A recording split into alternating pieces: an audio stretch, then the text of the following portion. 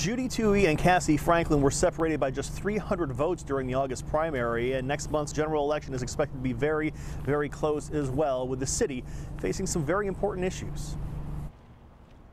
People are already turning in their ballots for an historic election in Everett. Judy Toohey and Cassie Franklin are similar candidates, both relative newcomers to politics, both city council members, both successful executives at local nonprofits, but only one of them will lead Everett for the next 4 years.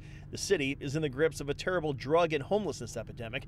That is the #1 issue on the minds of many here, including Triff LeBaron, who has seen its effects firsthand. I've had people break into my car, and then I've had homeless guys sleeping between me and the neighbor that was using heroin. How to spur the city's economy is another major issue. Empty storefronts are an all too familiar sight downtown.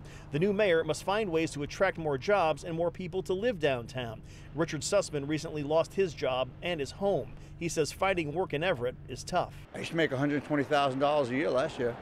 You know, I couldn't even get a job, in a movie theater right now. I tried. Also high on the priority list for voters, the plague of gang violence that continues to take innocent lives here. The Casino Road area is notorious for shootings. Earlier this month, a 14-year-old boy was gunned down by a 13-year-old in an apparent case of mistaken identity. For families like the Atones, the city doesn't feel like a safe place to raise their kids. Well, I don't get my kids out much because of that, because we've been hearing shootings sometimes, and there's sirens, so we're nervous, we're scared, but yeah, hopefully it gets better.